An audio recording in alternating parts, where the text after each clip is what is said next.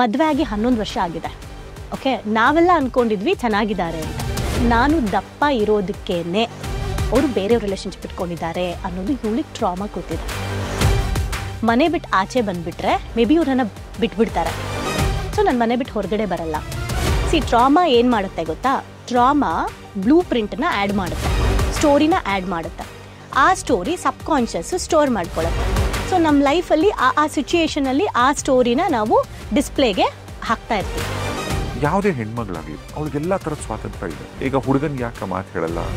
ಸೀರೆ ಬೇಲಿ ಮೇಲೆ ಬಿದ್ರೂ, ಬೇಲಿನೇ ಸೀರೆ ಮೇಲೆ ಬಿದ್ರೂ ಅರ್ಧೋಗೋದು ಸ್ಯಾರಿ ಅಂತ ನಾವು ಯಾವಾಗಲೂ ಒಂದೇ ವ್ಯೂ ಪಾಯಿಂಟಲ್ಲಿ ನೋಡ್ತಾ ಇರ್ತೀವಿ. ಯಾಕೆ ಅಂದರೆ ನಾವು ನೋಡಿರೋ ಸಮಾಜ ಅದು. ಹೀಗೆ ನಮ್ಮದೇ ಸ್ಟೋರಿ ಕ್ರಿಯೇಷನ್ಸ್. ಅಂಡ್ ತುಂಬ ಜನ ಹೆಣ್ಮಕ್ಳಿಗೆ ನಾನು ಕೂಡ ಒಂದು ಹೇಳಕ್ಕೆ ಇಷ್ಟಪಡ್ತೀನಿ, ಅದು ಬಹಳಷ್ಟು ಈ ಸಿನಿಮಾಗಳಲ್ಲೂ ಕೂಡ ಅದೊಂದು ಪ್ರಾಕ್ಟೀಸ್ ಮಾಡಿಸ್ಬಿಟ್ಟಾರೆ. ಪಾಪ ಮದುವೆ ಆಗ ಒಂದು ಹೆಣ್ಮಗಳು ಅವ್ರ ತವ್ರ ಮನೆ, ಅವ್ರ ಗಂಡನ ಮನೆಗೆ, ಅತ್ತೆ ಮನೆಗೆ ಬಂದ್ರೆ ತವ್ರ ಮನೆಗೆ ಹೋಗ್ಬೇಕಂದ್ರು ನಾನು ಅತ್ತೆನ್ ಕೇಳ್ಬೇಕು, ಮಾವನ್ ಕೇಳ್ಬೇಕು, ಅಲ್ಲ ಗಂಡನ್ ಕೇಳ್ಬೇಕು. ಅವ್ರು ಯಾವಾಗ್ಲೂ ಮುಂದಿನ ತಿಂಗಳು ಹೋಗ್ಬೇಕಂದ್ರೆ ಇವಾಗ್ಲಿಂದಾನೇ ಪೀಠಿಗೆ ಹಾಕ್ಬೇಕು ಅವ್ರಿಗೆ. ಅಂದ್ರೆ ಹೋಗ್ಬೇಕು ಅಂತಿದ್ದೀನಿ, ಹೋಗ್ಲಾ? ನಿಮ್ ತಾಯಿ ಮನೆ ನೀವ್ ಹೋಗ್ ಬರಕ್ಕೆ ಏನದು? ಜನ್ಸ್ಗೂ ಇದೆ ಅದು. ಬಟ್ ಈಗ ನಾನು ಒಂದು ಕ್ಲೈಂಟ್ ಬಗ್ಗೆ ಮಾತಾಡ್ತೀನಿ, ವುಮನ್ ಬಗ್ಗೆ. ಓಕೆ, ತುಂಬಾ ವರ್ಷಗಳ ಕಾಲ ಲವ್ ಮಾಡಿ, ಅಂದ್ರೆ ಚೈಲ್ಡ್ಹುಡ್ ಇಂದ, ಚಿಕ್ಕದ್ರಿಂದಾನು ಪ್ರೀತಿಸಿ ಆ ಹುಡುಗನ ಮನೇಲಿ ಒಪ್ಪದೆ ಓಡೋಗಿ ಮದ್ವೆ ಆಗಿರೋದು. ಓಕೆ, ಮದ್ವೆ ಆಗಿ ಇವತ್ತು ಚೆನ್ನಾಗಿದ್ದಾರೆ, 2 ಮಕ್ಳಿದ್ದಾರೆ, ಮನೆ ಕಟ್ಟಿದ್ದಾರೆ, ಲೈಫ್ ನಡೀತಾ ಇದೆ. ನಾನು ಅನ್ಕೊಂಡಿದ್ದೆ ಅವ್ರು ಚೆನ್ನಾಗಿದ್ದಾರೆ ಅಂತ. ಓಕೆ, ನನಗೆ ತುಂಬ ಗೊತ್ತಿರೋರೇನೆ, ನಾನು ಅನ್ಕೊಂಡಿದ್ದೆ ಅವ್ರು ಚೆನ್ನಾಗಿದ್ದಾರೆ ಅಂತ. ಸೊ ನನ್ನ ಫ್ರೆಂಡ್ ನನಗೆ ಕಾಲ್ ಮಾಡಿದ್ಲು. ಮಾಡಿಬಿಟ್ಟು ನನಗೆ ನೀ ಏನಾದರೂ ಮಾಡು, ನಾನು ಸಣ್ಣ ಆಗಬೇಕು. ಓಕೆ, ನಾನು ತುಂಬ ದಪ್ಪ ಆಗಿಬಿಟ್ಟಿದ್ದೀನಿ, ನಾನು ಸಣ್ಣ ಆಗಬೇಕು. ನಾನು ಯಾಕೆ, ನಾನು ನಿನ್ನ ಹತ್ರ ಕೆಲವು ವಿಷಯ ಹೇಳ್ತೀನಿ ಅಂತ ಹೇಳಕ್ಕೆ ಸ್ಟಾರ್ಟ್ ಮಾಡಿದ್ಲು. ಕೆಲವೊಂದು ಮದುವೆ ಆಗಿ 11 ವರ್ಷ ಆಗಿದೆ. ಓಕೆ, ನಾವೆಲ್ಲ ಅನ್ಕೊಂಡಿದ್ವಿ ಚೆನ್ನಾಗಿದ್ದಾರೆ ಅಂತ. ಮನೆ ಕಟ್ಸಿದೆ ನೋಡಿ, ಅದನ್ನೇ ಸಮಾಜ ಹೆಂಗೆ ಟ್ರೀಟ್ ಮಾಡುತ್ತೆ ಅಂತ. ಓ, ಮನೆ ಕಟ್ಸಿದ್ದಾರೆ, ಕಾರ್ ಇದೆ, ಗಂಡ ಹೆಂಡತಿ 2 ಮಕ್ಳಿದೆ, ಓಡಾಡ್ತಾ ಇದ್ದಾರೆ, ಹೆಂಡತಿ ಮನೇಲೇ ಇದ್ದಾಳೆ, ಅತ್ತೆ ಮಾವನ ಜೊತೆಲೇ ಇದ್ದಾಳೆ. ಸೊ ಇವರು ಚೆನ್ನಾಗಿರಬಹುದು ಅನ್ನೋದು ನಮ್ಮ ಊಹೆಗಳು, ಅದೆಲ್ಲ ನಮ್ಮ ಏನಂತಾರೆ ಸ್ಟೋರಿಗಳು, ಕ್ರಿಯೇಷನ್. ಸೊ ಅವಳು ಏನಕ್ಕೆ, ನಾನು ಫೋನ್ ಮಾಡಿದ್ದೇನಕ್ಕೆ ಅಂದರೆ ಟ್ರಿಪ್ ಹೋಗೋಣ, ಎಲ್ಲ ಫ್ರೆಂಡ್ಸ್ಗಳು ಒಂದ್ಸಲ ಮತ್ತೆ ಟ್ರಿಪ್ ಹೋಗೋಣ, ತುಂಬ ವರ್ಷಗಳಾಯಿತು ಅಂತ ಫೋನ್ ಮಾಡಿದೆ. ಪ್ರತಿ ವರ್ಷ ಅವಳೇ ಕೇಳ್ತಾಳೆ ಟ್ರಿಪ್ ಹೋಗೋಣ ಅಂತ, ಬಟ್ ಬರಲ್ಲ. ಏನಕ್ಕೆ ಅಂದರೆ ಬಿಡಲ್ಲ, ನನಗೆ ಮನೇಲಿ ಪರ್ಮಿಷನ್ ತೊಗೊಬೇಕು, ಆಗಲ್ಲ, ನನ್ನ ಅಮ್ಮ ಮನೆಗೆ ಹೋಗೋಕ್ಕೆ ಕೇಳಬೇಕು ಕಣೆ, ಹಾಗೆ ಹೀಗೆ ಅಂತ ಹೇಳ್ತಾ ಇದ್ಲು. ಸೊ ಈ ಸಲ ಫೋನ್ ಮಾಡಿಬಿಟ್ಟು ಏನಕ್ಕೆ ಸಣ್ಣ ಆಗಬೇಕು ಅಂತ, ಅಂದರೆ ಸಣ್ಣ ಆಗಬೇಕು ಅಂದರೆ ಏನಕ್ಕೆ ಸಣ್ಣ ಆಗಬೇಕು ಅಂತ, ಅವ್ರ ಹಸ್ಬೆಂಡ್ ಬೇರೆ ರಿಲೇಷನ್ಶಿಪ್ ಇಟ್ಕೊಂಡಿದ್ದಾರೆ. ಓಕೆ, ಸೊ ಈಗ ಅವಳಿಗೆ ನಾನು ದಪ್ಪ ಇರೋದಕ್ಕೇನೆ ಅವರು ಬೇರೆಯವ್ರ ರಿಲೇಷನ್ಶಿಪ್ ಇಟ್ಕೊಂಡಿದ್ದಾರೆ ಅನ್ನೋದು ಇವಳಿಗೆ ಟ್ರಾಮಾ ಕೂತಿದೆ. ಓಕೆ, ಈಗ ಅವಳಿಗೆ ಹೆಂಗಾಗಿದೆ ಅಂತ ಅಂದರೆ ಮನೆ ಬಿಟ್ಟು ಆಚೆ ಬಂದುಬಿಟ್ರೆ ಮೇ ಬಿ ಇವ್ರನ್ನ ಬಿಟ್ಬಿಡ್ತಾರೆ. ಸೊ ನಾನು ಮನೆ ಬಿಟ್ಟು ಹೊರಗಡೆ ಬರಲ್ಲ ಅನ್ನೋದು. ಆಮೇಲೆ ಇವ್ರ ಮಾತೆಲ್ಲ ನಾನು ಕೇಳಿದ್ರೆ ಇವರು ನನ್ನ ಪರವಾಗೆ ಬಂದ್ಬಿಡ್ತಾರೆ ಅಂತ ಅಂದ್ಕೊಂಡೇನೆ ನಾವು ಏನು ಹೇಳ್ತಾರೆ ಗೊತ್ತಾ, ಇನ್ನೊಂದು ಟ್ರಾಮಾ ನಮಗೆ ಹೆಂಗೆ ಬ್ಲೂ ಪ್ರಿಂಟ್ ಆ್ಯಡ್ ಮಾಡ್ತಾರೆ. ಟ್ರಾಮಾ ಏನು ಮಾಡುತ್ತೆ ಗೊತ್ತಾ? ಟ್ರಾಮಾ ಬ್ಲೂ ಪ್ರಿಂಟ್ನ ಆ್ಯಡ್ ಮಾಡುತ್ತೆ, ಸ್ಟೋರಿನ ಆ್ಯಡ್ ಮಾಡುತ್ತೆ. ಆ ಸ್ಟೋರಿ ಸಬ್ಕಾನ್ಷಿಯಸ್ಸು ಸ್ಟೋರ್ ಮಾಡ್ಕೊಳ್ಳುತ್ತೆ. ಸೊ ನಮ್ಮ ಲೈಫಲ್ಲಿ ಆ ಸಿಚುಯೇಷನಲ್ಲಿ ಆ ಸ್ಟೋರಿನ ನಾವು ಡಿಸ್ಪ್ಲೇಗೆ ಹಾಕ್ತಾ ಇರ್ತೀವಿ. ಓಕೆನಾ? ಸೊ ಈಗ ಅವಳಿಗೆ ಏನು ಟ್ರಾಮಾ ಕೂತಿದೆ ಅಂತ ಅಂದರೆ, ನಾನು ಹೊರಗಡೆ ಬಂದರೆ ಇವನು ಬೇರೆಯವ್ರ ಜೊತೆ ಹೋಗೇ ಬಿಡ್ತಾನೆ, ಈ ಥರ ಕೂತಿದೆ ಟ್ರಾಮಾಗಳು. ಸೊ ಈ ಟ್ರಾಮಾ ಹೆಂಗೆ ಕ್ರಿಯೇಟ್ ಆಯಿತು ಅಂತ ಅಂದರೆ, ಅವ್ರ ಅಂದರೆ ನಾನು ದಪ್ಪ ಇದ್ದೀನಿ, ನಾನು ಕಪ್ಪಗಿದ್ದೀನಿ, ಅದಕ್ಕೋಸ್ಕರನೇ ಅನ್ನೋದು ಇವಳ ಒಂದು ಇಮ್ಯಾಜಿನೇಷನ್. ಏನಕ್ಕೆ ಹೆಣ್ಮಕ್ಳು ಮದುವೆ ಆಗೋ ಟೈಮಲ್ಲಿ ನೀವು ನೋಡಿ ಸೊಸೈಟಿ ಹೆಂಗೆ ರಾಂಗ್ ಬ್ಲೂ ಪ್ರಿಂಟ್ ಹಾಕುತ್ತೆ ಅವರ ಟ್ರಾಮಾ ಮೇಲೆ ಅಂತ. ಹೆಣ್ಣು ಮದುವೆ ಆಗಿ ಗಂಡನ ಮನೆಗೆ ಹೋಗಬೇಕಾದ್ರೆ ಒಳ್ಳೆ ಸಂಸ್ಕಾರ ಇರುವಂತಹ ಫ್ಯಾಮಿಲಿ ಏನು ಹೇಳುತ್ತೆ, ನೀನು ಆ್ಯಕ್ಚುಲಿ ಒಳ್ಳೆ ಸಂಸ್ಕಾರ ಅಂದ್ರೆ ಏನು ಅಂತ ಹೇಳ್ತೀನಿ. ಫಸ್ಟು ಏನು ಹೇಳ್ಕೊಡ್ಬೇಕು ಹೆಣ್ಮಕ್ಳಿಗೆ ಅಂದರೆ, ನೋಡು ನೀನು ಆ ಮನೆನೂ ನನ್ನ ಮನೆ ಅಂತ ಇರಬೇಕು, ಆ ಅತ್ತೆ ಮಾವನೂ ಕೂಡ ಸ್ವಂತ ತಂದೆ ತಾಯಿ ಥರ ಟ್ರೀಟ್ ಮಾಡಬೇಕು, ಅದು ನಿಂದೇ ಮನೆ, ಇನ್ನು ಮುಂದೆ ನೀನು ಬದುಕಬೇಕಾಗಿರುವಂಥದ್ದು, ನೀನು ಇಲ್ಲಿ ಹೆಂಗೆ ಖುಷಿಯಾಗಿದ್ಯೋ, ಇಲ್ಲಿ ಹೆಂಗೆ ಸ್ವಾತಂತ್ರ್ಯವಾಗಿದ್ಯೋ ಅಲ್ಲೂ ಹಾಗೇ ಇರು, ನಿನಗೆ ಅಲ್ಲೇನಾದರೂ ಪ್ರಾಬ್ಲಮ್ ಆದರೆ ತಂದೆ ತಾಯಿ ಇದ್ದೀವಿ ಅನ್ನೋದನ್ನ ಮರಿಬೇಡ. ಹಾಗೆ ನಿನ್ನಿಂದ ಏನಾದರೂ ಪ್ರಾಬ್ಲಮ್ ಆದರೆ ನಾನು ನಿಮಗೆ ಬುದ್ಧಿ ಹೇಳ್ತೀನಿ ಅನ್ನೋದನ್ನು ಮರಿಬೇಡ. ನಿನ್ ತಪ್ಪಾದ್ರೆ ನಿಮಗೂ ಬುದ್ಧಿ ಹೇಳ್ತೀವಿ, ನಿನ್ ಗಂಡನ್ ತಪ್ಪಾದ್ರೆ ಅವನಿಗೂ ಬುದ್ಧಿ ಹೇಳ್ತೀವಿ. ನೀನು ನಮ್ಮಪ್ಪ ಅಮ್ಮ ಯಾವಾಗ್ಲೂ ನನ್ನ ಜೊತೆಲಿ ಇರ್ತಾರೆ ಅಂತ ಅನ್ಕೊಂಬೇಡ, ನೀನು ಕರೆಕ್ಟ್ ಆಗಿದ್ರೆ ನಾವು ನಿಮ್ ಪರವಾಗಿರ್ತೀವಿ, ಈ ತರ ಎಲ್ಲ ಹೇಳಿ ಏನೇ ಆದ್ರೂ ನಾವು ನಿಮ್ ಜೊತೆಲಿ ಇರ್ತೀವಿ ಅನ್ನೋದನ್ನ ಹೇಳಿ ಕಳಿಸ್ಬೇಕು. ತುಂಬಾ ಜನ ಏನ್ ಹೇಳ್ಕೊಡ್ತಾರೆ ಹೆಣ್ಮಕ್ಳು ಇನ್ನೊಬ್ರು ಮನೆಗೆ ಹೋಗ್ಬೇಕಾದ್ರೆ, ಗಂಡನ್ನ ಕಂಟ್ರೋಲಲ್ಲಿ ಇಟ್ಕೊ. ಏನಾದ್ರೂ ಸ್ವಲ್ಪ ನೀನು ಲೀನಿಯನ್ಸ್ ಕೊಟ್ಬಿಟ್ರೆ ನಿನ್ ಗಂಡಂಗೆ ನಿನ್ ಮಾತು ಕೇಳಲ್ಲ, ಅವನು ನಿನ್ ಹಿಂದೆ ಬರ್ಬೇಕು, ನಿನ್ ಮಾತು ಕೇಳ್ಬೇಕು. ನಿಮ್ಮತ್ತೆ ಸ್ವಲ್ಪ ನೋಡ್ಕೊ, ಹೋಗ್ತಿದ್ದಂಗೆ 1 ವಾರ 2 ವಾರ ಆಗ್ತಿದ್ದಂಗೆನೆ ಎಲ್ಲ ನಿನ್ನ ಅತ್ತೆ ಮಾತನ್ನ ಕೇಳಕ್ ಶುರು ಮಾಡ್ಬೇಡ ನೀನು. ಈ ತರ ಕ್ರಿಯೇಟ್ ಮಾಡ್ತಾರೆ. ಇದು ನೆಗೆಟಿವ್ ಆಗಿ ಒಂದು. ಇನ್ನೊಂದೇನಂದ್ರೆ, ಹೋಗಿದ್ ಮನೆಯಲ್ಲಿ ಅವ್ರು ಏನೇ ಮಾಡಿದ್ರು ನೀನು ಸಹಿಸ್ಕೊಂಡಿರ್ಬೇಕು, ಅವ್ರು ಏನೇ ಮಾಡಿದ್ರು ನೀನು ಅವರ ಮನೆಯಲ್ಲಿ ತಗ್ಗಿ ಬಗ್ಗಿ ನಡಿಬೇಕು, ಧ್ವನಿ ಎತ್ತಬಾರ್ದು, ಇದೊಂಥರ ಹೇಳ್ಕೊಟ್ಟು ಕಳಿಸ್ತಾರೆ. ಬ್ಲೂ ಪ್ರಿಂಟ್ 2 ತರ. ಒಂದು, ಗಂಡನ್ ಕಂಟ್ರೋಲಲ್ಲಿ ಇಟ್ಕೊ, ಇನ್ನೊಂದು, ನೀನು ತಗ್ಗಿ ಬಗ್ಗಿ ನಡಿಬೇಕು. ಈಗ ಹೆಣ್ಣು ಮನೆಗೆ ಹೋದಾಗ ಆ ಬ್ಲೂ ಪ್ರಿಂಟ್ ಆಧಾರದ ಮೇಲೆ ಲೈಫ್ ಲೀಡ್ ಮಾಡ್ತಾಳೆ. ಏನ್ ಮಾಡ್ತಾರೆ, ತಗ್ಗಿ ಬಗ್ಗಿ ನಡಿಬೇಕು ಅಂದ್ರೆ ಎಲ್ಲದಕ್ಕೂ ನಾನು ಆಚೆ ಐಬ್ರೋ ಮಾಡಿಸ್ಬೇಕು, ನಾನು ಹೋಗ್ಬರ್ಲಾ, ನಾನು ಅಂಗಡಿಗೆ ಹೋಗ್ಬರ್ಲಾ, ಎಲ್ಲದಕ್ಕೂ ಪರ್ಮಿಷನ್ ಪರ್ಮಿಷನ್ ಪರ್ಮಿಷನ್. ನೀವು ಹೇಳಿದ್ರೆ ಹೋಗ್ತೀನಿ, ನೀವು ಹೇಳಿಲ್ಲ ಅಂದ್ರೆ ಹೋಗಲ್ಲ.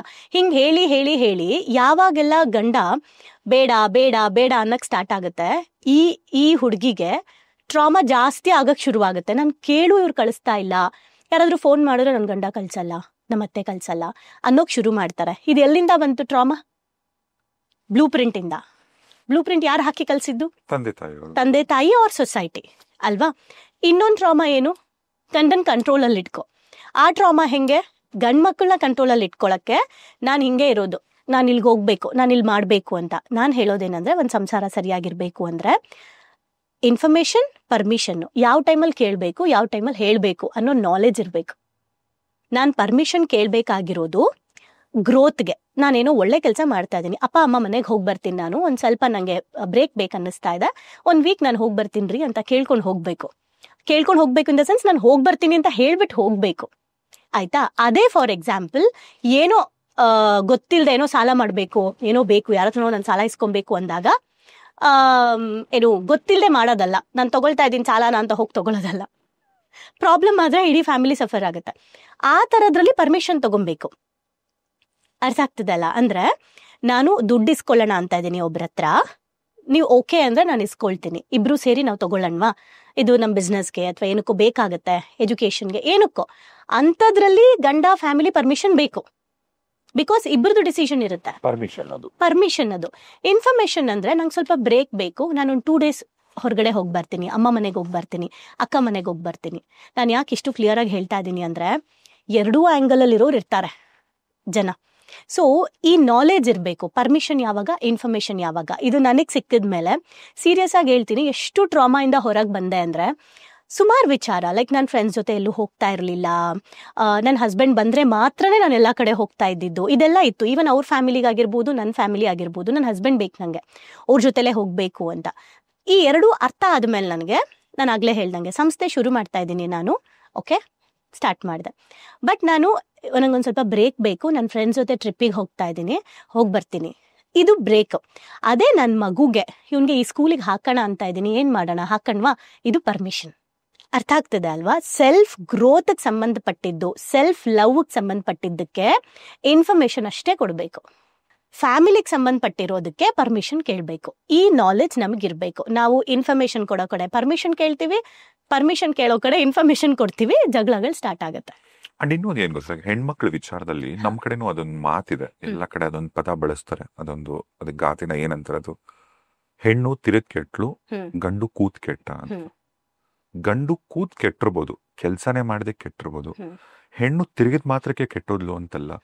ಅವಳಿಗೂ ಜವಾಬ್ದಾರಿಗಳಿರುತ್ತೆ, ಅವಳಿಗೂ ಆಸೆಗಳಿರುತ್ತೆ, ಅವಳಿಗೂ ಬಯಕೆಗಳಿರುತ್ತೆ. ಈಗ ಒಂದು ಗಂಡು ಎಲ್ ಬೇಕೋ ಸುತ್ಕೊಂಡ್ಬಂದ್ರು, ಮನೆಗೆ ಬಂದ್ರು ಯಾರು ಹೇಳಲ್ಲ ಕೇಳಲ್ಲ, ಅಥವಾ ಓಕೆ. ಈಗ ಲಾಸ್ಟ್ ಪಾಡ್ಕಾಸ್ಟ್ ಅಲ್ಲಿ ನೀವು ಮಾತಾಡಿದ್ವಿ, ಒಂದು ಡಿವೋರ್ಸ್ ಆಗಿ ಹೆಂಡತಿ ಬಿಟ್ಟೋದ್ರೆ ಪಾಪ ಅವ್ನ ಹೆಂಡತಿ ಬಿಟ್ಟೋದ್ಲು ಅಂತ. ಹೆಣ್ಮಗು ಡಿವೋರ್ಸ್ ತಗೊಂಡ್ರೆ ಓ ಇವಳೇ ಸರಿ ಇಲ್ದೇನೋ ಅಂತ. ಇದೇ ತರ ನನ್ನ ವೈಯಕ್ತಿಕ ಅನಿಸಿಕೆ ಇದು, ಬೇರೆದೆಲ್ಲ ಅವ್ರಿಗೆ ಬಿಟ್ಟಿದ್ದು. ಯಾವುದೇ ಹೆಣ್ಮಗಳಾಗ್ಲಿ ಅವಳಿಗೆಲ್ಲಾ ತರದ ಸ್ವಾತಂತ್ರ್ಯ ಇದೆ, ಅವಳು ಸುತ್ತಬಹುದು, ತಿರುಗ್ಬೋದು, ಏನ್ ಬೇಕೋ ಮಾಡ್ಬೋದು. ಅವಳ ಸ್ವಾತಂತ್ರ್ಯ, ಅವಳ ಇಚ್ಛೆ, ಅವಳ ಆಯ್ಕೆ. ಎಫೆಕ್ಟ್ ಮಾಡ್ಕೊಳ್ದೆ, ಅಲ್ಲ ಎಫೆಕ್ಟ್ ಮಾಡೋದು ಕೂಡ ಅದು ಅವಳ ಚಾಯ್ಸ್. ಮಾಡ್ಕೊಂಡ್ರೆ ಅವರೇ ಅದಕ್ಕೂ ಕಾನ್ಸಿಕ್ವೆನ್ಸ್ ಫೇಸ್ ಅಷ್ಟೇ ಮಾಡ್ಬೇಕು. ಅಲ್ವಾ. ಇವಾಗ ಯಾರು ಇಲ್ಲಿ ಚಿಕ್ಕ ಮಕ್ಳೆಲ್ಲ ಅಥವಾ ಯಾರು ಪೆದ್ದರಲ್ಲ. ಹ್ಮ್. ಈಗ ಹುಡುಗನ್ ಯಾಕೆ ಮಾತು ಹೇಳಲ್ಲ, ಹ್ಮ್. ಹುಡುಗಂಗಾದ್ರೆ ರಿಸ್ಕ್ ತಗೋ ಲೈಫ್ ಅಲ್ಲಿ ಹ್ಮ್. ಏನೋ ಬೇಕು, ಹುಡುಗಿ ಯಾಕೆ ರಿಸ್ಕ್ ತಗೋ ಲೈಫ್ ಅಲ್ಲಿ ಅಂತ ಹೇಳಕ್ ಅಷ್ಟು ಭಯ ಪಡ್ತಾರೆ. ಇದೇ ಸೊಸೈಟಿಗಳು ಅವಾಗಿಂದ ಹಾಕೊಂಡ್ ಬಂದಿರೋದು. ನೀವ್ ಇವಾಗ ಹೇಳಿದ್ರಲ್ಲ, ಹೆಣ್ಣು ತಿರ್ಗಿ ಕೆಟ್ಲು ಗಂಡು ಕೂತ್ ಕೆಟ್ಟ ಅಂತ ಹೇಳಿ. ಇದಕ್ಕೆ ಇನ್ನೊಂದು ವ್ಯೂ ಪಾಯಿಂಟ್ ಅಲ್ಲಿ ನೋಡೋಣ. ಓಕೆ, ನೀವು ಹೇಳಿದ್ರಿ, ಯಾರು ಹೇಳಿದಾರಲ್ವಾ ಇದನ್ನ, ಮೂಲ ಯಾರು ಹೇಳಿದ್ದು ನಮಗೆ ಗೊತ್ತಿಲ್ಲ, ಯಾರೋ ಒಬ್ಬ ವ್ಯಕ್ತಿ ಬಾಯಲ್ಲಿ ಬಂದಿದೆ ಅದು. ಓಕೆ, 2 ತರ ತಗೊಳ್ಳೋಣ. ಅವ್ರೇನಾದ್ರೂ ಈ ದೃಷ್ಟಿಯಲ್ಲಿ ಹೇಳಿದ್ರೆ, ಫಾರ್ ಎಕ್ಸಾಂಪಲ್, ಹೆಣ್ಣು ತಿರುಗ್ ಕೆಟ್ರು ಅಂತ ಅಂದ್ರೆ, ಇವತ್ತು ಹೆಣ್ಮಕ್ಳು ಹೊರಗಡೆ ಹೋದ್ರೆ ಹೆಣ್ಮಕ್ಳಿಗೆ ಪ್ರಾಬ್ಲಮ್ ಅಂತ ಕೂತಿದೆ ನಮ್ಗೆ. ಹೆಣ್ಮಕ್ಳು ಅಲ್ಲಿ ಇಲ್ಲಿ ಹೋಗ್ತಾ ಇದ್ರೆ ಪಾಪ ಹೆಣ್ಮಕ್ಳಿಗೆ ಪ್ರಾಬ್ಲಮ್ ಆಗುತ್ತೆ. ಅದಕ್ಕೆ ಇನ್ನೊಂದು ಗಾದೆ ಮಾತಿದೆ, ಸೀರೆ ಬೇಲಿ ಮೇಲೆ ಬಿದ್ರೂನು, ಬೇಲಿನೇ ಸೀರೆ ಮೇಲೆ ಬಿದ್ರೂನು ಅರ್ಧೋಗೋದು ಸ್ಯಾರಿ ಅಂತ. ಕರೆಕ್ಟ್ ಅಲ್ಲ? ಸೊ ಆ ದೃಷ್ಟಿಯಲ್ಲೂ ಹೇಳಿರ್ಬೋದು, ಹೆಣ್ಮಕ್ಳು ಜಾಸ್ತಿ ತಿರ್ಗಾಡಕ್ ಹೋಗಿ ನೀವು ಎಫೆಕ್ಟ್ ಮಾಡ್ಕೋಬೇಡಿ ಅಂತ ಹೇಳಿರ್ಬೋದು. ಅದನ್ನ ಹೆಂಗ್ ಬೇಕ್ ಹಂಗೆ ಸೊಸೈಟಿ ತಿರ್ಗಿಸ್ಕೊಂಡ್ ಬಂದಿರ್ಬೋದು ಇಲ್ಲಿಗೆ. ಅದು ಆಗಿರೋ ಚಾನ್ಸಸ್ ಇರುತ್ತೆ. ನಾನು ಅದಕ್ಕೆ ಯಾವಾಗ್ಲೂ ಏನ್ ಹೇಳ್ತೀನಿ, ಯಾವುದೇ ಒಂದು ಪಾಯಿಂಟ್ ಆಗಿರ್ಲಿ, ಅದನ್ನ 4 ದೃಷ್ಟಿಕೋನದಿಂದ ನೋಡೋದನ್ನ ಕಲಿಬೇಕು. ಆ ನಾಲೆಜ್ ನಮಗ್ ಬಂದ್ಬಿಟ್ರೆ ನಾವ್ ಎಲ್ಲಿ ಹೇಗಿರ್ಬೇಕು, ಯಾಕೆ ಹಿಂಗಿರ್ಬೇಕು, ಯಾರ ಜೊತೆ ಹಿಂಗಿರ್ಬೇಕು ಅನ್ನೋದು ಬಂದ್ಬಿಡತ್ತೆ. ನಾವ್ ಯಾವಾಗ್ಲೂ ಒಂದೇ ವ್ಯೂ ಪಾಯಿಂಟ್ ಅಲ್ಲಿ ನೋಡ್ತಾ ಇರ್ತೀವಿ. ಯಾಕೆ ಅಂದ್ರೆ ನಾವು ನೋಡಿರೋ ಸಮಾಜ ಅದು. ಹೇಗೆ ನಮ್ದೇ ಸ್ಟೋರಿ ಕ್ರಿಯೇಷನ್ಸ್. ಈ ಹಾಸಿಗೆ ಇದ್ದಷ್ಟು ಕಾಲ್ ಚಾಚು, ಇವೆಲ್ಲ ನಮ್ ಸ್ಟೋರಿ ಕ್ರಿಯೇಷನ್ಸ್. ಹಾಸಿಗೆ ಇದ್ದಷ್ಟು ಕಾಲ್ ಚಾಚು ಅಂತ ಅವ್ರು ಯಾಕೆ ಹೇಳಿರ್ಬೋದು, ಅದ್ರಕ್ಕಿಂತ ಕೆಳಗಡೆ ಹೆಂಗ್ ಹೋಗಿ ನೀನು ರಿಸ್ಕ್ ತಗೊಂಬೇಡ ಅಂತ. ಬಟ್ ನೀನ್ ಸಂಪಾದನೆ ಮಾಡ್ಬೇಡ ಅಂತ ಯಾರು ಹೇಳಿಲ್ಲ. ಆದ್ರೆ ಅದನ್ನ ಹೆಂಗ್ ಕನ್ವರ್ಟ್ ಮಾಡ್ಕೊಂಡ್ ಬಂದ್ಬಿಟ್ಟಿದ್ದಾರೆ.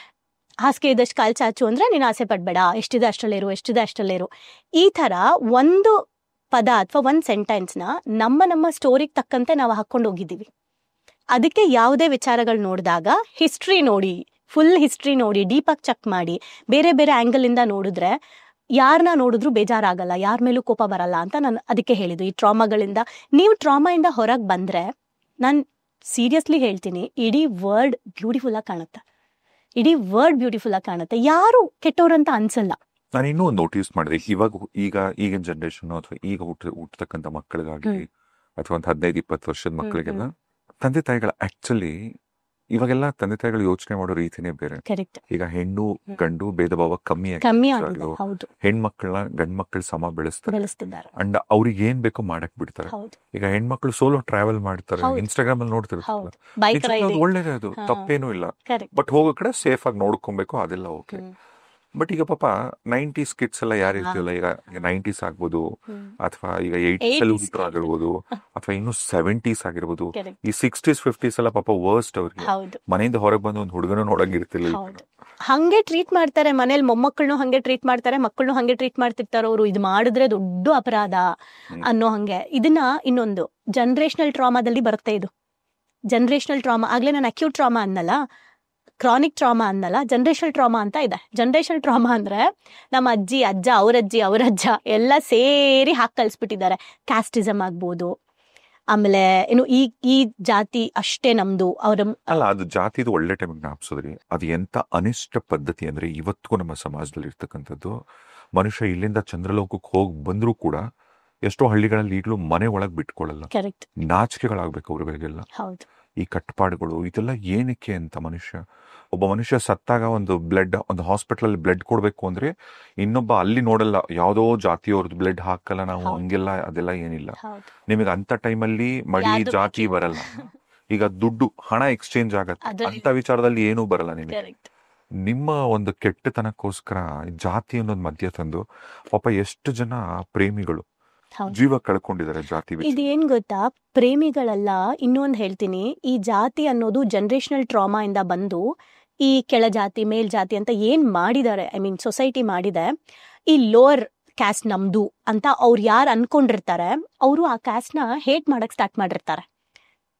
ನಿಮ್ ಕ್ಯಾಸ್ಟ್ ಯಾವ್ದು ಅಂದ್ರೆ ಹೇಳಲ್ಲ ಅವರು. ಎಷ್ಟೋ ಜನ ಹೇಳಲ್ಲ. ಯಾರಾದ್ರೂ ಬರಿಬೇಕು ಅಂದ್ರೆ ನಿಮ್ ಕ್ಯಾಸ್ಟ್ ಯಾವ್ದು ಅಂದ್ರೆ ಬರೆಯಲ್ಲ ಅವರು. ಯಾಕಂದ್ರೆ ಅವ್ರಿಗೆ ನಾನು ಇದು ಅಂತ ಅವ್ರು ಟ್ರೀಟ್ ಮಾಡ್ಬಿಡ್ತಾರೆ ಅನ್ನೋ ಭಯ ಅವ್ರಿಗೆ ಕೂತಿರತ್ತೆ. ಪಾಪ ಹಿಂಗ್ ಕೂತ್ಕೊಂಡು ಅವ್ರ ಒಳಗಡೆನೆ ನಾನ್ ಯಾವ ಒಂದು ಜಾತಿಲಿ ಹುಟ್ಟಿದೀನಿ ಅಂತ ಹೇಳೋಕೆ ಅವ್ರಿಗೆ ಮುಜುಗರ ಆಗ್ತಾ ಇದೆ ಅಂದ್ರೆ ಇನ್ ಯಾವ ಲೆವೆಲ್ಗೆ ಟ್ರಾಮಾ ನಾವು ಕ್ರಿಯೇಟ್ ಮಾಡಿರ್ತೀವಿ ಸೊಸೈಟಿ. ಅಲ್ಲ, ಕೆಲವೊಂದು ಫ್ಯಾಮಿಲಿಗಳಲ್ಲಿ ಊರ್ ಕಡೆ ಎಲ್ಲಾ ಕಡೆನೂ ಅಷ್ಟೇ ಅದೊಂದು ತಲೆಯಲ್ಲಿ ತುಂಬಿರ್ತಾರೆ. ಅವ್ರ ಮಕ್ಕಳಿಗೆ ಹೇಳಿರ್ತಾರೆ ಇವ್ರು ಇಂಥ ಜಾತಿಯಿಂದ ಬಂದಿಯ, ಅಥವಾ ಪಾಪ ಆ ಜಾತಿಯಲ್ಲಿ ಯಾವ್ದೋ ಹುಟ್ಟುತ್ತೆ ಅವರು ಕೂಡ ಹೇಳಿರ್ತಾರೆ ಹಿಂಗೆಲ್ಲ. ನಾನು ಊರಿಗೆ ಹೋಗ್ಬೇಕಾದ್ರೆ ನನ್ನ ಫ್ರೆಂಡ್ಸ್ ಎಲ್ಲ ಬೇರೆ ಎಲ್ಲ ಕ್ಯಾಸ್ಟ್ ನಾವೆಲ್ಲ ಒಟ್ಟಿಗೆ ಇದ್ವಿ. ನನಗೆ ಗೊತ್ತಿರಲಿಲ್ಲ ಆ ಊರಿನ ಪದ್ಧತಿ. ನಾನೇನು ಮಾಡಿದೆ, ನನ್ನ ಫ್ರೆಂಡ್ಸ್ನೆಲ್ಲ ಒಳಗಡೆ ಕರೆದ್ಬಿಟ್ಟು ನಾವು ಆಟ ಆಡ್ತಾ ಇದ್ವಿ ಒಳಗಡೆ. ಸೀದಾ ನಮ್ಮ ದೊಡ್ಡಮ್ಮ ಬಂದ್ಬಿಟ್ಟು, ನಿನಗೆ ಗೊತ್ತಾಗಲ್ಲ, ನೀನು ಬೆಂಗಳೂರಲ್ಲಿ ಬೆಳೆದಿದ್ಯಾ, ನಿಂಗೆ ಅದು ಗೊತ್ತಾಗಲ್ಲ ಇದು ಗೊತ್ತಾಗಲ್ಲ, ಹಂಗೆ ನಿಮಗಾದ್ರೂ ಗೊತ್ತಾಗಲ್ಲ, ಅವಳು ಕರೆದ್ಲು ಅಂತ ಒಳಗಡೆ ಬಂದ್ಬಿಟ್ರಿ ಅಂತೆಲ್ಲ ಹೇಳಿ ಅವ್ರನ್ನ ಹೊರಗಡೆ ಕಳಿಸಿದ್ರು. ನನಗದು ಎಷ್ಟು ಹಿಟ್ಟಾಯಿತು ಅಂದರೆ, ನೀವು ನಂಬ್ತಿರೋ ಇಲ್ವೋ, ನಾನು ಮದುವೆ ಆದರೆ ಇದೇ ಕ್ಯಾಸ್ಟ್ನ ಮದುವೆ ಆಗ್ತೀನಿ ಅಂತ ಆ ಚಿಕ್ಕ ಏಜಲ್ಲಿ ಹೇಳಿದ್ದೆ ನಾನು. ನೀವು ಹಿಂಗೆ ಅಂತಿದ್ದೀರಾ ಅಂದರೆ ನಾನು ಅವ್ರನ್ನೇ ಮದುವೆ ಆಗ್ತೀನಿ ಅಂತ. ಅಂದರೆ ನನಗೆ ಅಷ್ಟು ಏನು ಹೇಳ್ತಾರೆ, ನನಗೆ ಬೇಜಾರಾಯ್ತದು. ಸೊ ಅವ್ರು ಆಚೆ ಹೋದ್ಮೇಲೆ ಅವರು ನಮ್ಗಿದೆಲ್ಲ ಕಾಮನ್ನು ಅಂತಿದ್ದಾರೆ. ಬಟ್ ಎಷ್ಟು ಅನ್ನಿಸ್ತು ನನಗೆ. ಆಮೇಲೆ ಪ್ಲೇಟ್ಸ್ ಬೇರೆ ಇಟ್ಟಿದ್ದಾರೆ. ನಾನು ಈಗಿನ ಕಾಲದಲ್ಲೂ ಹಿಂಗೆಲ್ಲ ಮಾಡ್ತೀರಾ ನೀವು ಅಂತ ನಾನು ಕೇಳ್ತಾ ಇದ್ದೆ. ನಾನು ಏನಕ್ಕೆ ಇದನ್ನು ಹೇಳ್ತೀನಿ ಅಂದರೆ, ಇದು ಯಾರು ಸೃಷ್ಟಿ ಮಾಡಿರೋದು? ಜನ್ರೇಷನಿಂದ ಬಂದಿದೆ. ಈಗ ನನಗೆ ಬುದ್ಧಿ ಬಂದ್ಮೇಲೆ ನಾನು ಬ್ರೇಕ್ ಮಾಡಲಿಲ್ಲ ಅಂತ ಅಂದರೆ ನೆಕ್ಸ್ಟ್ ನನ್ನ ಮಕ್ಳಿಗೆ ಏನಾಗುತ್ತೆ? ಕರೆಕ್ಟ್ ಅಲ್ವಾ? ಎಲ್ಲ ದೇವ್ರ ಮಕ್ಕಳು ಅಂತೀವಿ, ದೇವ್ರ ಮಕ್ಕಳಲ್ಲೂ ವಿಂಗಡಣೆಗಳನ್ನ ಮಾಡ್ಕೊಂಡಿದ್ದೀವಿ. ಹಿಂಗೆ ಇದು ಜನ್ರೇಷನಲ್ ಟ್ರಾಮಾ ಇಂದ ಬಂದಿದೆ. ಆ್ಯಂಡ್ ಇನ್ನೂ ಒಂದು ಬರೀ ಜಾತಿ ಅಂತ ಅಲ್ಲ, ಸುಮಾರು ವಿಚಾರಗಳು ಜನ್ರೇಷನಿಂದ ಹೆಂಗೆ ಬಂದಿದೆ ಅಂದರೆ, ಆಗಲೇ ಹೇಳ್ದಂಗೆ ಹೆಣ್ಮಕ್ಳು ಅಂದರೆ ಹಿಂಗೆ, ಗಂಡ್ಮಕ್ಳು ಅಂದರೆ ಹಿಂಗೆ, ದುಡಿಬೇಕು ಅವರು, ಇವ್ರು ದುಡಿಬಾರ್ದು, ಇವ್ರು ಹೇಳ್ದಂಗೆ ಅವ್ರು ಕೇಳಬೇಕು, ಇವೆಲ್ಲ ನಮ್ಮ ತಾತ ಅಜ್ಜಿ ಹಾಕಿರೋದು. ಸೊ ಅದಕ್ಕೆ ನಾನು ನನ್ನ ಪಾರ್ಟಿಸಿಪೆಂಟ್ಸ್ಗಳಿಗೆ ಹೇಳ್ತಾ ಇರ್ತೀನಿ, ನೀವು ಜ್ಞಾನ ಮಾರ್ಗ ಭಕ್ತಿ ಮಾರ್ಗಕ್ಕೆ ಬಂದಿದ್ದೀರಾ ಅಂದರೆ ನಿಮ್ಮ ಜನ್ರೇಷನ್ ಟ್ರಾಮಾನ ಬ್ರೇಕ್ ಮಾಡಕ್ಕೆ ಬಂದಿದ್ದೀರಾ ಅಂತ ಹೇಳ್ತೀನಿ ನಾನು. ನಿಮ್ಮಿಂದ ಹೊಸ ಇತಿಹಾಸ ಸೃಷ್ಟಿಯಾಗತ್ತೆ, ನಿಮ್ಮಿಂದ ಜ್ಞಾನ ಮಾರ್ಗಕ್ಕೆ ಹೋಗ್ತೀರಾ, ನಿಮ್ಮ ಮಕ್ಕಳು ಸರಿಯಾಗಿ ಬೆಳೀತಾರೆ ಅವರು ಅಂತ. ಸೊ ಈ ಥರ ಜನ್ರೇಷನಿಂದನೂ ತುಂಬಾ ಟ್ರಾಮಾಗಳು ತಲೆಯಲ್ಲಿ ಕೂತಿದೆ. ತೆಲುಗು ಆಕ್ಟರ್ ಒಬ್ರು ಮೋಹನ್ ಬಾಬು ಅಂತ, ಅವ್ರದ್ದು ತಿರುಪತಿಲಿ ಒಂದು ಸ್ಕೂಲ್ ಇದೆ, ತುಂಬಾ ದೊಡ್ಡ ಸ್ಕೂಲ್. ಆ ಸ್ಕೂಲಲ್ಲಿ ಜಾತಿ ಅನ್ನೋ ಕಾಲಮೇ ಇಲ್ಲ. ಕರೆಕ್ಟ್, ಹೌದು, ನಿಜವಾಗ್ಲೂ ತರಬೇಕು ಆ ಥರ. ಹೌದು. ಆ್ಯಂಡ್ ನನ್ನ ಪೇರೆಂಟ್ಸ್ ಈ ವಿಚಾರದಲ್ಲಿ ಥ್ಯಾಂಕ್ಸ್ ಹೇಳೋದೇನೆಂದ್ರೆ, ಅವ್ರು ಯಾವತ್ತೂ ನನ್ನ ತಲೆಗೆ ಹಾಕಿಲ್ಲ. ಮೇಬಿ ನನಗೆ ಇದು ಬಂದಿರೋದು ನನ್ನ ಪೇರೆಂಟ್ಸಿಂದಾನೆ. ನಾನು ನಮ್ಮ ದೊಡ್ಡಮ್ಮ ಹಂಗೆ ಮಾಡಿದ್ರು ಅಂತ ನಮ್ಮ ಅಪ್ಪ ಅಮ್ಮಂಗೆ ಕಾಲ್ ಮಾಡಿ ಹೇಳಿದಾಗ, ನೀನು ಅವ್ರ ಜೊತೆನೇ ಹೋಗ್ಬಿಡ್ಬೇಕಿತ್ತು ಆಚೆಗೆ ನಿಮ್ಮ ದೊಡ್ಡಮ್ಮಂಗೆ ಅಂತ ಹೇಳಿದ್ರು ನನಗೆ. ನಮ್ಮ ಮನೇಲಿ ಅದನ್ನು ಯಾವತ್ತೂ ನಮಗೆ ಬೆಳೆಸಿಲ್ಲ. ಸೊ ಈವನ್ ನನ್ನ ಹಸ್ಬೆಂಡ್ಗೆ ಆಕ್ಸಿಡೆಂಟ್ ಆಗಿತ್ತು, ಕೈ ಇದು ನಮ್ಮ ಅತ್ತೆ ಅದೆಲ್ಲ ಸ್ವಲ್ಪ ನೋಡ್ತಾರೆ, ಅಂದರೆ ಅವರು ಈ ಕಡೆಯಿಂದ ಇರೋದ್ರಿಂದ. ನನಗೆ ಅವಾಗ ನಾನೇ ಟ್ರಾಮಾದಲ್ಲಿ ಇದ್ನಲ್ಲ, ನನಗೆ ಜಗಳ, ಯಾಕೆ ಏನಕ್ಕೆ ನೀವು ಜಾತಿಗೆ ಹಂಗೆ ಮಾಡ್ತೀರಾ ಹಿಂಗೆ ಮಾಡ್ತೀರಾ ಅಂತೆಲ್ಲ ನಾನು ಮಾತಾಡ್ತಿದ್ದೆ ಅವಾಗ. ಆ ಟೈಮಲ್ಲಿ ಹಾಸ್ಪಿಟಲಲ್ಲಿ ನಾನು ಹೇಳಿದೆ, ಬ್ಲಡ್ ಹಾಕಿರ್ಬೇಕಾದ್ರೆ, ಅಮ್ಮ ಇದು ಯಾವ ಬ್ಲಡ್ಡು ಅಂತ ಕೇಳಿದೆ. ರಕ್ತ ಹಾಕಿದ್ದಾರೆ ಅಂದರು. ಅದೇ ಯಾವ ರಕ್ತ ಅಂತ ಕೇಳಿದೆ. ಯಾವುದು ಅವನಿಗೆ ಬೇಕಾಗಿರೋದು ಹಾಕಿದ್ದಾರೆ. ಜಾತಿದು ಕೇಳಿದ್ರಾ ನೀವು, ಯಾವ ಜಾತಿದು ಹಾಕಿದ್ದಾರೆ ಅಂತ ಕೇಳಿದ್ರಾ ಅಂತ ಕೇಳಿದೆ. ಮತ್ತೆ ಸುಮ್ಮನೆ ನನ್ನ ಮುಖ ನೋಡಿದ್ರು. ಅಂದರೆ ನಾನು ಅವಾಗ ಹಿಂಗೆ ಮಾತಾಡ್ತಾ ಇದ್ದೆ, ಇವಾಗ ಚೆನ್ನಾಗಿ ನೀಟಾಗಿ ಅರ್ಥ ಮಾಡ್ಸೋಂಗೆ ಮಾತಾಡ್ತೀನಿ, ಹಾಗೆ ಡೈರೆಕ್ಟಾಗಿ ಹೇಳಿದೆ. ಅವಾಗ ನಾನು ಹೇಳಿದೆ, ನೋಡಿ ಈ ಟೈಮಲ್ಲಿ ಈ ಬಾಟ್ಲು ಹಾಕಬೇಡಿ, ನಮಗೆ ನಮ್ಮ ಕಡೆಯವರೇ ಬಂದು ರಕ್ತ ಕೊಡ್ತಾರೆ ಅಂತ ಹೇಳಲ್ಲ. ಕಷ್ಟ ಬಂದಾಗ ಮನುಷ್ಯ ಎಲ್ಲವನ್ನೂ ಒಪ್ಕೊಂಡ್ಬಿಡ್ತಾನೆ. ಚೆನ್ನಾಗಿದ್ದಾಗ ಮಾತ್ರ ನಾನು ಹಂಗೆ ಬದುಕೋದು, ನಾನು ಹಿಂಗೆ ಬದುಕೋದು ಅಂತ ಬಿಲ್ಡಪ್ ಕೊಡ್ತಾ ಬದುಕ್ತಾ ಇದ್ದೀವಿ ನಾವೆಲ್ಲ. ನಾನು ಪಿಜ್ಜಾ ಬಿಟ್ಟು ಬೇರೆ ತಿನ್ನೋದೇ ಇಲ್ಲ. ಒಂದು ವಾರ ಊಟ ಸಿಗದೆ ಇದ್ರೆ ಮುದ್ದೆನೂ ತಿಂತಾರೆ. ಕರೆಕ್ಟ್ ಅಲ್ಲ? ಈ ಥರ ಟ್ರಾಮಾಗಳು ಕ್ರಿಯೇಟ್ ಆಗ್ಬಿಟ್ಟಿದೆ. ನಾನು ಅದು ಅಡ್ಜಸ್ಟ್ ಆಗಲ್ಲ, ಇದು ಅಡ್ಜಸ್ಟ್ ಆಗಲ್ಲ, ನಮ್ಮ ವಂಶ, ನಾವು ಅದನ್ನ ಮಾಡಬೇಕು, ನಾವು ಇದನ್ನ ಮಾಡಬೇಕು, ಹಿಂಗೆ ಕೂತ್ಕೊಂಡಿದೆ. ಸೊ ಇವೆಲ್ಲಾನು ಟ್ರಾಮಾಗಳೇ. ನಾವು ರೂಪಾ ಏರೋರ್ ಪಾಡ್ಕಾಸ್ಟ್ ಒಂದ್ರಲ್ಲಿ ಆಕ್ಚುಲಿ ಮಾತಾಡಿದೀವಿ ಇದ್ರ ಬಗ್ಗೆ ಕೂಡ. ನಾವು ಈಗ ನನ್ನ ಪಾಡ್ಕಾಸ್ಟ್ ಅಲ್ಲಿ ನಾನು ಏನೇನೋ ಒಳ್ಳೊಳ್ಳೆ ವಿಚಾರಗಳ ಬಗ್ಗೆ ಎಲ್ಲ ತರ್ತೀನಲ್ಲ, ಆಗ ಯಾವುದೋ ಒಂದು ಭಗವಂತನ ಬಗ್ಗೆ ಮಾತಾಡಿದಾಗ, ಗರುಡ ಪುರಾಣನೋ ಯಾವುದೋ ಒಂದು ಪಾಡ್ಕಾಸ್ಟ್ ಮಾಡಿದಾಗ ಅದ್ರ ಕೆಳಗೆ ಯಾರೋ ಒಬ್ರು ಬಂದು ಕಮೆಂಟ್ ಮಾಡಿದ್ರು ಇಷ್ಟುದ್ದ, ಏನಂದ್ರೆ ನೀನು ಈ ಜಾತಿಗೆ ಸೇರಿದ್ಯಾ, ಇದೆಲ್ಲ ಯಾರೋ ಪರ್ಟಿಕ್ಯುಲರ್ ಈ ಜಾತಿಯವ್ರು ಮಾಡ್ಬೇಕು, ಅವರೇ ಹೇಳ್ಬೇಕು, ಇದನ್ನೆಲ್ಲ ಅವರೇ ಮಾತಾಡ್ಬೇಕು, ನೀನ್ ಮಾತಾಡಬಾರ್ದು, ನೀನ್ ಕೇಳಬಾರ್ದು ಅಂತ ನನ್ನ ಬಗ್ಗೆ ಹಾಕಿದ್ರು. ಆಯ್ತಾ, ನಾನು ರೂಪಾ ಇರೋರಿಗೆ ರೂಪಾ ಇರೋರು ಓದಿ ನಂಗೆ ಫೋನ್ ಮಾಡಿದ್ರು ಅವ್ರು ಅಂತ, ಇದೆಲ್ಲ ನೀವು ತಲೆಗೆ ಹಾಕೊಂಬಿಡಿ ಅಂತೆಲ್ಲ. ಆಮೇಲೆ ಅವರು ಹೇಳಿದ್ರು. ನಾನು ಹೇಳೋದೇನಂದ್ರೆ, ಭಗವಂತನಿಗೆ ನೀನು ಪ್ರೇ ಮಾಡ್ಬೇಕಂದ್ರೂ ಕೂಡ ಅಲ್ಲೂ ಜಾತಿ ತರ್ತೀರ ನೀವು. ಈಗ ಶ್ರೀಕೃಷ್ಣ ಪರಮಾತ್ಮ, ಈಗ ಆತ ಹುಟ್ಟಿದ್ ಯಾವ ಜಾತಿಲಿ? ಎಲ್ಲರೂ ಪೂಜ್ಸಲ್ವಾ ಅದನ್ನ? ದೇವ್ರು ಅಂತಾನೆ ಪೂಜ್ಸಲ್ವಾ? ಯಾಕೆ ಯಾವುದೋ ಕೆಲವು ಜಾತಿಯವರು, ಕೆಲವು ಆಚಾರ ವಿಚಾರ ಮಾಡೋರು ಮಾತ್ರ ಯಾಕೆ? ಭಗವಂತನ ವಿಚಾರದಲ್ಲಿ ತರಬೇಡಿ ಅದೆಲ್ಲ. ಭಗವಂತ ಅಂತಲ್ಲ, ಮನುಷ್ಯನ ವಿಚಾರದಲ್ಲೇ ತರಂಗಿಲ್ಲ ನಾವೆಲ್ಲ ಬರಬೇಡಿ. ಕರೆಕ್ಟ್. ಇದೆಲ್ಲ ನಾವು ಸೃಷ್ಟಿ ಮಾಡ್ಕೊಂಡಿರೋದು, ಇದೆಲ್ಲವೂ ನಾವೇ ಸೃಷ್ಟಿ ಮಾಡಿರೋದು. ಅದನ್ನೇ ಹೇಳ್ತಿರೋದು. ಇದನ್ನೆಲ್ಲ ಬ್ರೇಕ್ ಮಾಡಕ್ಕೆ ನಾಲೆಜ್ ತಗೊಳ್ಳೇಬೇಕು. ಇಷ್ಟು ದೊಡ್ಡದಾಗಿ ಯೋಚನೆ ಮಾಡ್ಬೇಕು ಅಂದ್ರೆ ಫಸ್ಟ್ ನಮ್ ಲೈಫಲ್ಲಿರೋ ಟ್ರಾಮಾಗಳನ್ನ ಹೀಲ್ ಮಾಡ್ಕೊಂಡು ಸಮಾಜದ ಬಗ್ಗೆ ಯೋಚನೆ ಮಾಡ್ಬೋದು. ಕೆಲವರು ಸಮಾಜದ ಬಗ್ಗೆ ಯಾಕೆ ಯೋಚನೆ ಮಾಡಕ್ ಆಗಲ್ಲ ಅಂದ್ರೆ ಅವ್ರ ಲೈಫ್ದೇ 108 ಪ್ರಾಬ್ಲಮ್ ಇರುತ್ತೆ. ಈಗ ಕೋವಿಡ್ ಎಲ್ಲ ಆದಾಗ ಎಂತ ಪಾಠ ಅದು ಕಲ್ಸಿತ್ತು ನಮಗೆ. ಯಾವ ಜಾತಿ, ಯಾವ ಧರ್ಮ, ಯಾವ ಹಣ, ಯಾವ ಆಸ್ತಿ, ನಾನು ನಂದು ಅಂತ ಮೆರೆದವ್ರು ಎಲ್ಲೋದ್ರು. ಅದಾದ್ಮೇಲೆ ಮತ್ತೆ ಮರ್ತೋಗ್ಬಿಡ್ತೀವಿ ನಾವು. ಅದೇ ಮನುಷ್ಯನ್ ಗುಣ. ಅದಕ್ಕೆ ಯಾವಾಗ್ಲೂ ಕನ್ಸಿಸ್ಟೆನ್ಸಿಯಿಂದ ಇರ್ಬೇಕಾಗಿರೋದು.